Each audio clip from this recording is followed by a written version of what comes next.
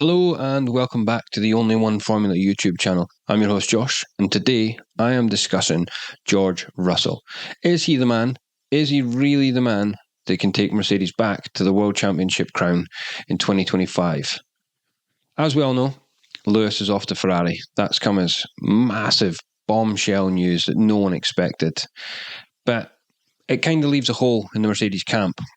What it does is, what do? Do we replace Lewis with an elite level driver, or is George the man that we push to the front of the team so he can lead the charge? So today I'm going to have a little look back over George's Mercedes career. I'm not going to go far back as the Williams, and I'm just going to simply see if has he been performing and do we expect him to continue as he is. So taking it back, he's done 2 seasons now, 2 full seasons. He's done 23 and 22. So 22 was quite a successful year for George. He arrived at Mercedes and a tall ask to outpace Lewis Hamilton, but he scored 275 points that year, and Lewis only scored 240. So it's advantage George. He takes the result there. He picks up a pole position in Hungary, and he picks up his first win in Formula One at the Brazilian Grand Prix. So, by George's standards, within a difficult car, no side pods, it was a good year all round. Fairly consistent, 5 top 5 finishes in the first 5 races. So, no complaints for that year. So, you would think moving into 23, it's going to be a building block year. You think, let's carry on doing what we're doing, but it didn't exactly go to plan. George had a bit of an inconsistent year, struggles here, struggles there. Obviously, there was much less points available that in 2023 as Max and Perez took a large percentage of those. But George only scored 175 points, so he's 100 points down on his 2022 campaign. Lewis still scored 235, so he is only 5 points down. So the consistency is just not there with George. He drops off from one year to the next. 100 points, that's 4 race victories to lose out on, and massive effect. If he'd carried on and scored a relatively consistent number of points in comparison from 2022 to 2023, the fight for second place in the championship with Ferrari would have been a piece of cake for Mercedes. There would have been a clear gap there, but I feel George slipped up. He let them down, and there's some examples of that. The Canadian Grand Prix, he was running in the pack, hit the wall, front wing damage, drops down the order, and he recovers. He only manages to recover to 8th place. So points lost. I think the biggest downfall of George's 2023 year really was running a strong third at the Singapore Grand Prix. Mercedes pulled a good strategy, and both drivers out on fresh tyres, catching, hand over fist, catching Sainz and Norris for second and first.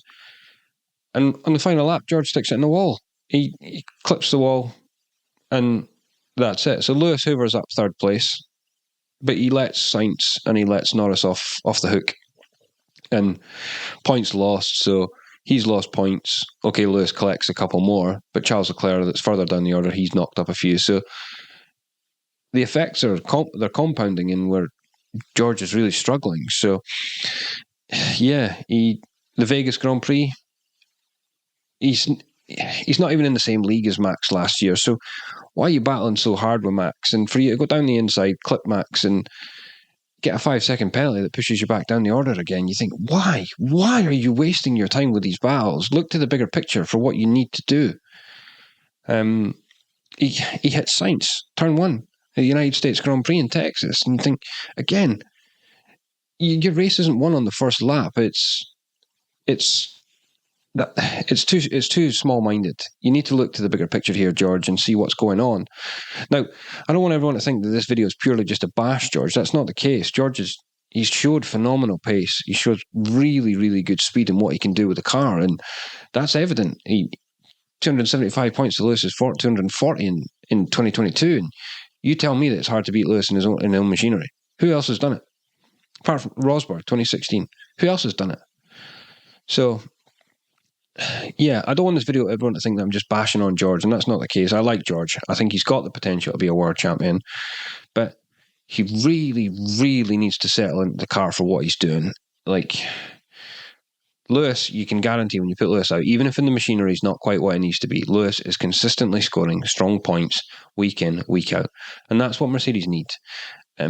So, if Mercedes bring in a big name, like say for example they bring in Alonso, Alonso's out of contract at the end of this year. So Alonso is a free agent. He's a former world champion. So do we bring Alonso in and to replace Lewis? Whereas I think if they do that, I think it makes George's life even harder, or not even harder, but I think it makes it harder. He's already been living in the shadow of Lewis Hamilton. That's evident. The team has always favoured Lewis in the last few years. So I think if Alonso comes in and Alonso's out driving George, I think he falls down the pecking order once again. So George really, really does need consistency, and he does need team support. It showed that at Williams. I don't want to go through his Williams career, but 3 years at Williams, he got better and better each year, and the team were backing him 100%. The team had full support of George, and they were listening to everything he wanted and everything he needed for the car. I think if Mercedes do give him that, I think that leaves him with the capabilities to do that and perform at a higher standard than he is now. But I think if a big name comes in, he may overdrive, he may take the more risks, he may push that a little bit harder than what he actually needs to. And I think it causes him problems again. Whereas I think if they bring a rookie in,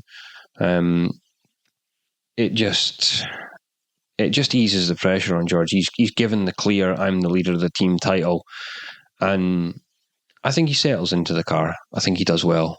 And I hope he does. He deserves it. He's proved in Formula One, like the year against Kubica in the Williams, 21-0 in qualifying. Has that ever been done? Has it ever been done? So he's got raw speed.